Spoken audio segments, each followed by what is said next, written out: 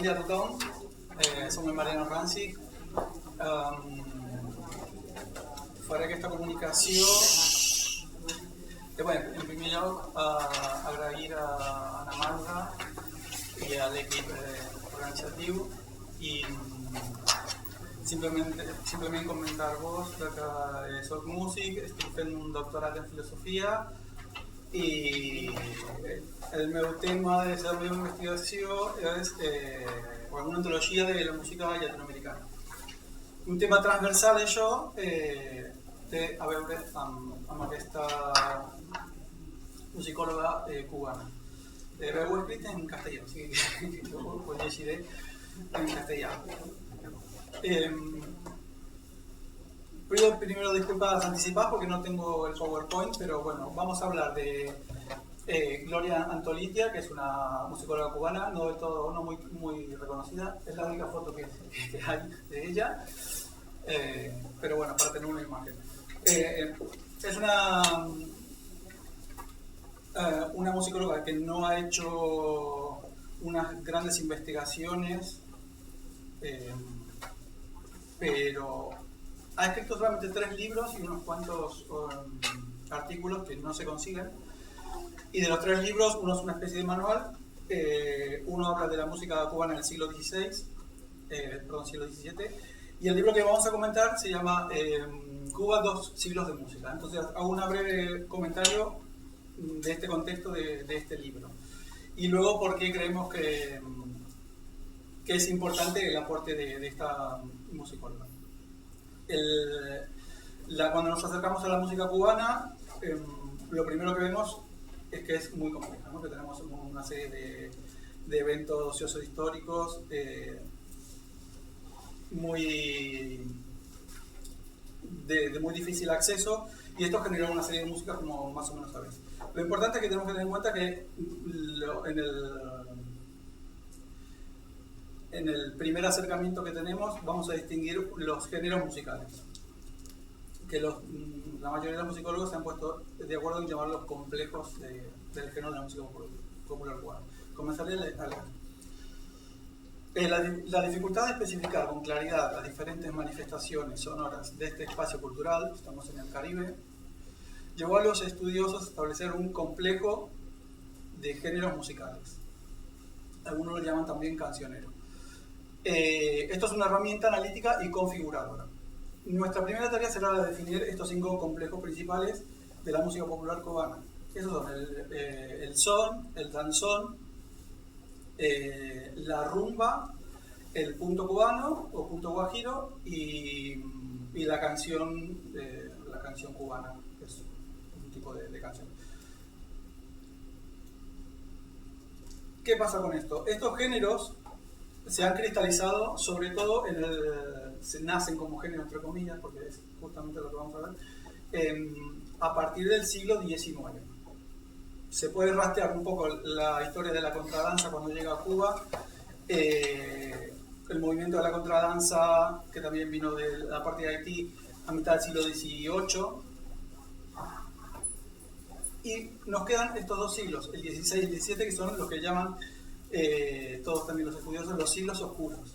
Son unos siglos de la historia de la música cubana que a mí la primera imagen que me viene es que cuando uno empieza a estudiar música siempre empieza a estudiar del barroco y no se sabe nada de lo que ha pasado antes, ¿no? de la música renacentista y medieval, y de hecho hay varias todavía enciclopedias de estas antiguas que empiezan con el barroco y todo lo demás no era música, no sabía qué era. Bueno, algo parecido en menor escala pasa en Cuba. Hay 2 siglos que son siglos oscuros también, es verdad que por falta de datos y de pruebas concretas. Siglos XVI y XVII. Son estos 2 siglos de lo que trata el libro de Antolitia.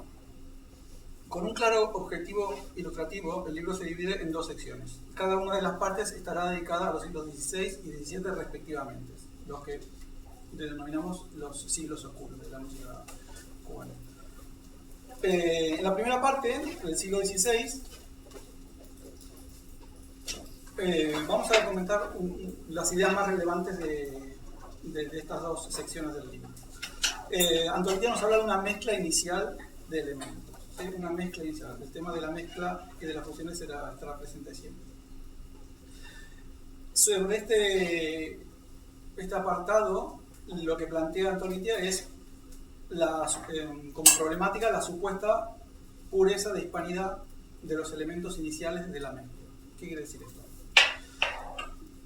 La fusión primera de los distintos elementos étnicos se produjo desde los inicios mismos de la conquista. Los primeros navíos europeos fueron introduciendo sonidos e instrumentos, músicas y gentes. Como no debemos olvidar, la introducción temprana, con un rango todavía pequeño, de los primeros esclavos y esclavas que ya llevaban tiempo asentados en la península. Este será el ya conocido primer mestizaje nuclear, ¿no? Una primera versión que tenemos de la música cubana es que hay una influencia de España y africana. Pero nuestra autora va un poco más allá de esta establecida concepción. El mestizaje en realidad fue un proceso mucho más complejo que una concurrencia de 2 o 3, si tomamos en cuenta a los nativos en el Caribe, provenientes de distintos continentes. Lo que llegó a las Américas provenientes del Viejo Mundo ya venía mestizado. Esta es una problemática que rara vez se encuentra mencionada en la vasta bibliografía que estuve investigando. Y cito a Antolitia. No se trataba, en definitiva, de nada enteramente nuevo.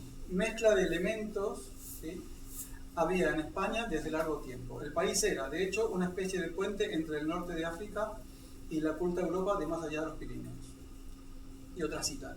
En España convergían y se fundían las influencias norafricanas y árabes, llegadas a través de los moros, la gitanería, los judaicos, a la vez que se hacían sentir, confundiéndose con las anteriores, hasta construir un todo indisoluble y personalísimo, las influencias renacentistas de Allende los Pirineos. Tanto reunían de Oriente y Occidente las tierras ibéricas. Esta es una de las primeras ideas que están con respecto a lo que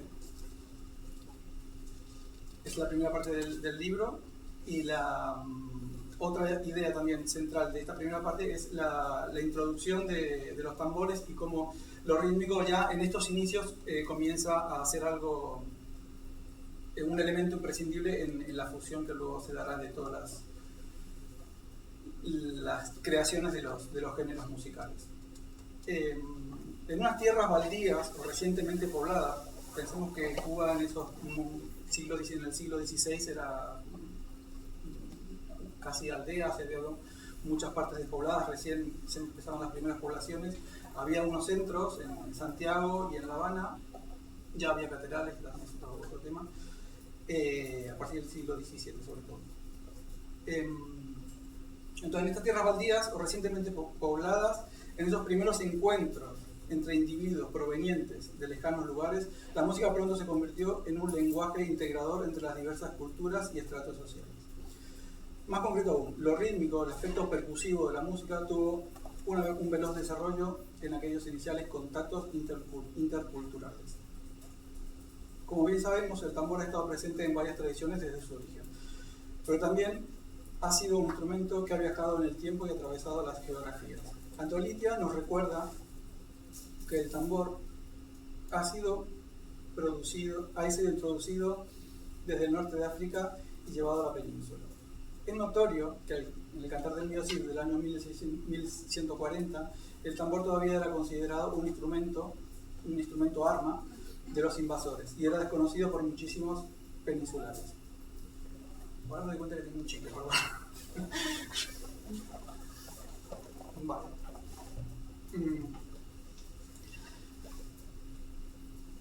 El tambor y el cuerno formaban parte de los servicios militares de esa época. Existen varias menciones de tambores y pífanos, que reemplazó al cuerno, en las actas capitulares de La Habana, de aquella época. Pero se ha de destacar que los individuos encargados de la ejecución de esos instrumentos, que eran de la más baja condición social, en los niveles más bajos de esta penosa escala de degradación se encontraban los indios y los negros.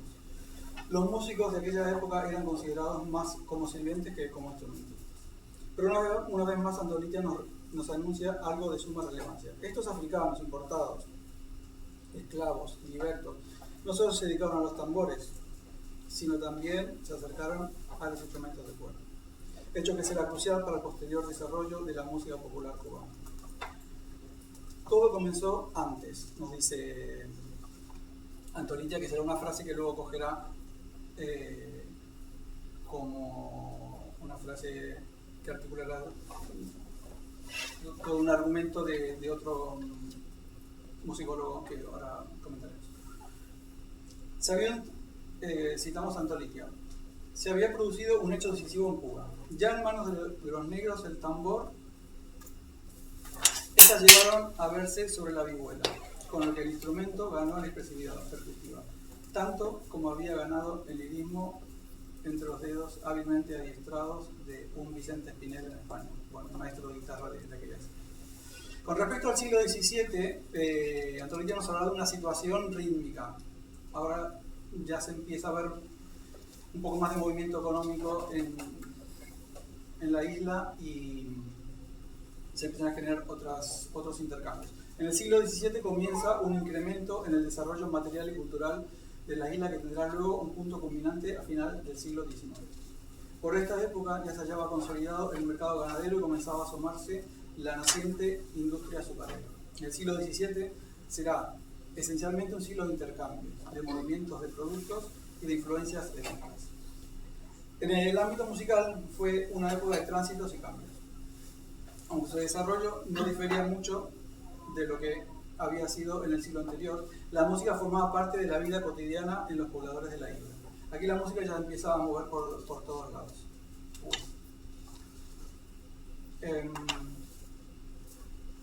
Encontramos por aquellas épocas procesiones religiosas importadas de la península, desfiles militares y actos militares, carnavales empezaban a hacerse allí,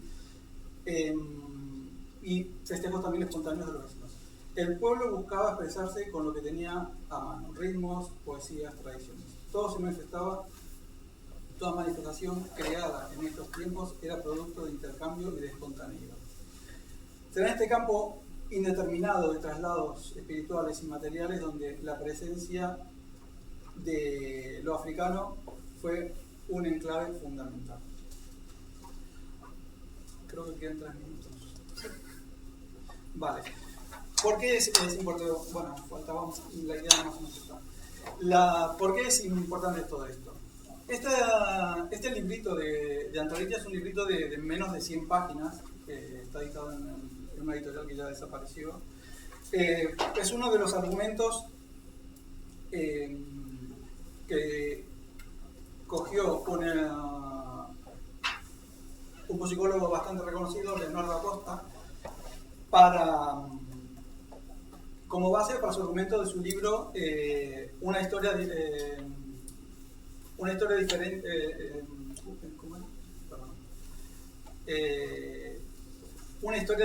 de la música cubana. Leo 2 parrafitos y ya está. Según Leonardo Acosta, esta caracterización basada en diferenciar tajantemente los géneros de música encubre peligrosamente su unidad fundamental, su esencialidad rítmica.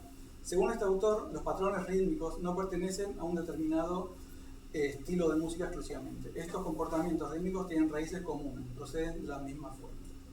Bueno, hay el caso del cinquillo, que es un ritmo típico del danzón, que no da tiempo para mirarlo. Había traído para escuchar también y no da tiempo. ¿Qué se desprende de todo esto, que es al final lo importante? La idea era mostrar el trabajo de una musicóloga un poco apartada, un poco marginada, sacar a la luz un pensamiento, también un pensamiento crítico con la ortodoxia,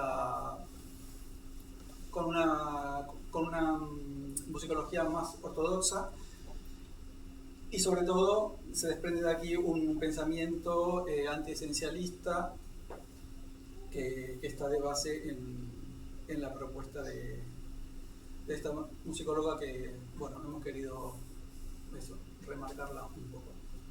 Muchas gracias.